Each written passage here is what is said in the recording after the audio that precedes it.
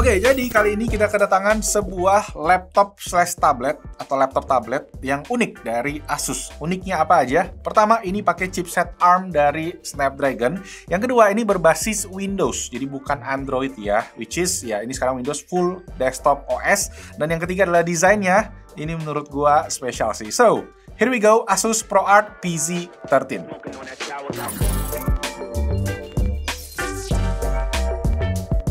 Oke, jadi seri ProArt emang awalnya tuh seri yang didevelop Asus untuk kebutuhan segmen yang lebih ke productivity ya, bisa dibilang di bidang kreatif lah. That's why ada artnya. Nah, dulu tuh awal-awal produknya emang terkenal ke bagian monitor, yang mana diklaim punya standar tinggi, akurasi warna yang precise, terus lanjut juga ada bikin komponen PC misalnya GPU ya, hingga juga sekarang udah ada pre-built PC-nya.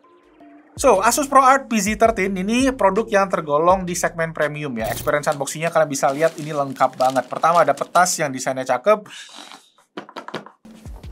Kemudian charger, ada Asus Pen beserta aksesorisnya, dan barulah ini ada box PZ13-nya. Dan langsung aja kita buka, ini dia device-nya. Sebuah tablet yang ada detachable keyboard plus ada cover case-nya. Jadi bisa dibilang juga sebagai laptop, tapi Asus bilangnya sih ini laptop tablet gitu. Nah, kalau di segmen Windows, ini tuh bisa dibilang mirip sama Microsoft Surface yang mana nggak dijual resmi di Indonesia. Nah, kalau dibandingin sama Apple, ya ada iPad itu bisa dibilang beda sih. Karena iPad pakai mobile OS ya, bukan full desktop OS kayak Windows 11 yang ada di PZ13 ini. Nah, secara desain gua demen banget sih, terutama sama warna hijau ya, yang ada di bagian case dan di keyboardnya tadi. Jadi kayak hijau olive gitu ya. Estetiknya menurut gua dapet banget. Nah, in terms of build quality juga ini kerasa mewah banget, mulai dari materialnya yang full metal yang ditambah detailing bagian ujung-ujungnya ini tuh yang ngasih kesan super premium. Ini udah military grade dan juga udah ada sertifikasi IP52. Nah, untuk urusan port dia agak minimalis ya, cuma ada satu port Type-C aja yang mana visible, dan satu lagi tuh ketutup sama sebuah kayak karet gitu, dan di dalamnya udah ada SD card reader. Nah, kalau ngomongin ke bagian keyboard sendiri, ini ngingetin gue sama ZenBook Duo yang kemarin kita pernah review juga ya. Ngetiknya enak dan trackpadnya gede, plus ada shortcut-shortcut juga di dalam si trackpadnya ini. Cuma yang ini kerasa agak lebih ringkih aja sih, mungkin karena faktor desainnya yang kayak case ini ya, bukan kayak yang versi ZenBook Duo yang emang lebih solid gitu. Cuma yang gue heran adalah bobot dari si keyboardnya ini tuh bisa sampai ke 300 gram, padahal ini nggak ada baterainya ya, kayak yang ZenBook Duo tuh ada baterainya gitu. Ini bikin berat keseluruhan dari tablet sama keyboardnya ini di 1,5 kilogram. Lumayan berasa sih, terutama kalau kalian pegang ya kayak gini gitu sebagai tablet gitu. Terutama kemarin juga kita habis review laptop ya, si Anas ya, Asus TUF A14 yang mana berat sebuah laptop gaming itu 1,4 kilogram. Lebih ringan dari ini. Cuma memang kalau kita mau buat tabletnya doang, itu beratnya di sekitar 800-an gram. Dan sebagai referensi, iPad 13 inci itu beratnya di 600-an gram. Jadi secara dimensi memang PZ13 ini lebih gede dikarenakan part internalnya yang ala laptop ya, yaitu ada cooling fan alias kipas. Lanjut, sekalian kita bahas ke bagian jeroannya. Nah, ini dia spek untuk lengkapnya ya. CPU-nya dia pakai Snapdragon X Plus ya, yang mana ini bisa dibilang varian paling basic. Jadi secara power bukan yang paling ngebut dari seri ini. Nah, walaupun demikian ini udah masuk ke standar Copilot Plus PC, yang artinya udah punya fitur AI dengan power 45 TOPS dari NPU alias si Neural Processing Unit-nya. Cuma memang kalau kalian pengen lihat hasil benchmarknya, jangan set ekspektasi ketinggian dulu. Oke? Pertama di Cinebench R24 yang udah optimize untuk ARM berbasis Windows ya. Ini single core-nya dapat di 104 poin, multi-core-nya di 591 poin, yang mana kalau di compare kemarin ke Snapdragon X Elite yang kita udah coba, single core-nya mirip memang ya, cuma multi-core-nya itu emang hampir 2 kali lipat di X Elite. Karena emang itu yang lebih kencang. Nah, Geekbench 6 ini skornya 2282 di single core dan 10716 untuk di multi core. Nah, untuk GPU onboardnya, which is si Qualcomm Adreno, itu dapetin skor 981 di TimeSpy.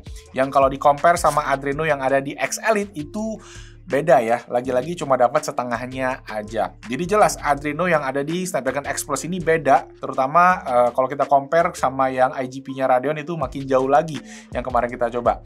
Oke, terakhir untuk Firestrike kita dapat skor di 3600-an points. Tapi tenang aja, walaupun dari segi angka mungkin nggak yang gede-gede banget, buat pemakaian casual gua buat kayak buka Chrome 10 tab sambil ngedit CapCut tipis-tipis, sambil buka WhatsApp dan research di Copilot, itu si PZ13 aman-aman aja.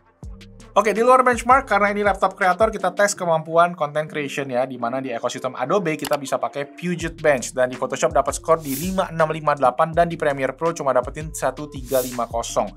Yang emang kelihatan angkanya bukan yang paling oke, terutama kalau kita compare sedikit ya sama chipset lain kayak di Apple M3. Tapi tetap perlu disyukuri karena akhirnya udah jalan, udah di ARM base ya sekarang ya.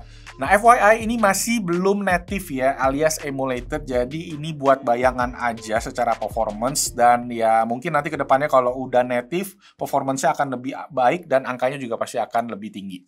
Satu lagi ke game. Nah, memang disclaimer dulu, ini device untuk kreator yang nggak didesain buat game, tapi nggak apa-apa karena ini OS Windows. Buset, geledeknya gede banget. Nggak boleh main game guys katanya di laptop ya. Nggak apa-apa, kita tetap tes saja biar lebih afdol. Pertama kita mau nyobain CS2 ya, karena Valorant sampai sekarang masih belum bisa juga. Nah, awalnya CS2 bisa jalan, tapi pas kita ganti resolusinya main di 1200p, karena native-nya tuh 1600 berat ya, kita coba turunin, dan yes, gamenya ngebug. Cuma keluar gambar item aja, nggak ada displaynya, tapi suaranya ada yang nandain gamenya jalan, cuma ya nggak connect sama displaynya. Bingung gua. Dan lanjut di Dota 2, nah ini udah jalan native ya di ARM, nggak emulated lagi, dapat hasil average FPS di 56an, yang mana oke lah buat rata kiri ya, dan resolusi di 1200p. Lanjut sekali lagi, Wuthering Waves ya, ini kesukaannya Anes ya, dites juga sama dia, dapat FPS di 8 dan settingan lowest di 1080p. Jadi yang pengen main Wuthering Waves itu mending nggak usah. Oke, sekarang ngomongin baterai. Memang secara performance ini bukan yang terbaik, tapi kalau mau ngomongin baterai guys, nah kita lihat ya, TDP chipsetnya ini cuma di 20 watt, yang mana dikombinasiin sama baterai 70 watt hour-nya, bikin si PZ13 ini tuh badak banget. Gue pakai buat nonton Netflix, kecerahan 100% ya, full brightness, satu episode durasi 60 menit, baterainya cuma turun 13%. Gue lanjut se-episode lagi, cuma turun 12%. Jadi total 2 jam itu 25%. Jadi kalau buat penggunaan multimedia bisa 8 jam nonton series non-stop. Dan itu pun kalau brightness-nya full terus ya. Kalau kalian turunin ke setengahnya 50%, mungkin bisa dapat waktu nonton yang lebih lama. Dan gue sendiri buat pakai sehari-hari, pemakaian full day kerja ini aman, bisa dilewati dengan nyaman. Nah, chargernya juga 65 watt ya, dan kita juga bisa pakai charger alternatif kayak GAN 65 watt yang lebih kecil kalau kalian pengen. Layar, nah ini pakai panel OLED yang disebut Asus sebagai Lumina OLED, yang mana klaim Asus itu 100% DCI-P3, ada HDR brightness itu di 500 nits, dan setelah kita tes dapat juga DCI-P3 di 98% ya. Jadi secara overall klaim emang masuk ya, cuma memang brightness-nya aja yang di 380, cuma balik lagi itu kita harus bisa tes ke HDR ya, baru bisa ke 500. Kita tesnya di SDR. Dan buat kita penggunaan di studio yang banyak cahaya matahari masuk, ini masih aman banget, apalagi resolusinya itu yang 3K, bikin konten-konten yang ada di YouTube 4K itu kelihatan crispy-nya, dan layarnya juga ini 13 inci, bikin PPI-nya rapet banget. So far Asus kalau urusan layar emang nggak pelit sih. Laptop VivoBook mereka yang entry level 7 jutaan aja tuh pernah dikasih OLED ya. Jadi nggak salah memang kalau Asus disebut sebagai laptop brand berlayar OLED nomor 1 di dunia. Once you go OLED, you never go back. Cuma sayang menurut gue satu nih, bezel. Ya, yang mana di kanan kirinya ini tuh agak terlalu tipis untuk tablet yang punya format landscape. Jadi ketika kita pegang ya di format landscape buat kita sambil tiduran, itu sering banget kepencet di displaynya. Kalau lagi Netflixan itu sambil tiduran, sambil dipegang itu sering ke pause. Ya, jadi ya dilema lah, kalau bezelnya tipis kan memang lebih keren kelihatannya, cuma ternyata terlalu tipis juga nggak bagus gitu. Nah, beberapa tambahan lagi. Pertama, speaker menurut gua ini udah oke sih, cuma memang sayang bassnya kurang nendang gitu ya. Cuma satu yang menarik adalah di sini ada dua kamera, ada kamera belakang sama kamera depan. Kamera belakang secara fungsi kayaknya lebih cocok untuk scan dokumen. Oke, berikut untuk kualitas kamera depan, yang mana kualitasnya juga lumayan, dan resolusi bisa sampai 2K, 1440p, 30 fps, dan detail juga lumayan dapat, plus suara mikrofonnya juga udah bagus, terutama buat kalian kalau pakai ini untuk Zoom meeting. Dan kamera depannya juga bisa dipakai buat biometrics ya. Satu lagi yang menarik adalah di bagian software, dimana kalau di laptop ROG, laptop Asus itu kan ada biasa Armoury Crate ya. Nah, kalau di ProArt ini namanya Creator Hub. Dan sesuai namanya, ini nggak cuma buat ngatur kayak mode performance atau settingan-settingan komputer PC-nya aja, tapi di sini kita bisa ngatur sampai kayak mode warna, bahkan sampai color calibration juga ada, lengkap banget.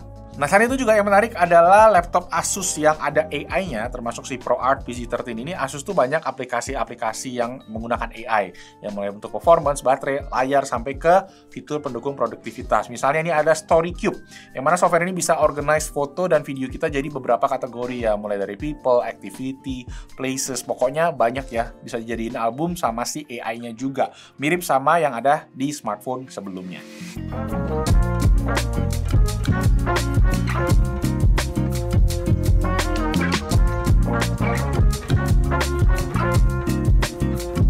So, yes itu tadi guys buat Asus ProArt PZ13 ya. Secara overall gua ngeliat sih key point dari produk ini adalah portability dan battery life yang mana awet banget.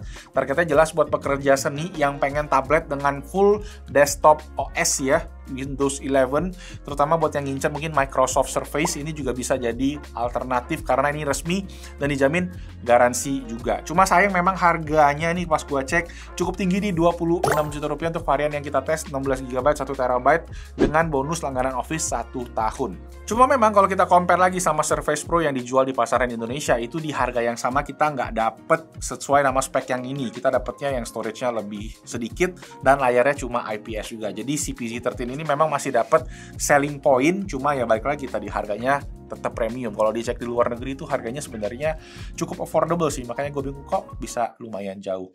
Tapi balik lagi Asus berani ya di Indonesia dengan masukin produk kayak gini ya, gue juga salut sih mereka terus coba inovasi walaupun di balik itu ya ada harga yang harus dibayar. Ditambah lagi ya banyak yang perlu diimprove ya sama developer di softwarenya ARM ya, terutama kompatibilitas Windows sama si ARM-nya Snapdragon tadi. PR-nya masih banyak banget, so make sure kalian cek dulu apakah workflow software yang kalian pakai itu kompatibel dengan si chipset ARM di Windows ini sebelum kalian beli. Oke, guys, segitu aja review kita buat Asus ProArt PZ13. Kalau kalian masih ada yang mau ditanyain, di komen di bawah, dan kalau kalian suka video ini kasih jempol. Ya, jangan lupa subscribe ke Basic Tech YouTube channel. Dan itu aja, nama gue Malvin. Thank you so much for watching. I'll see you guys on the next video. Ciao. Di enaknya emang gini aja sih.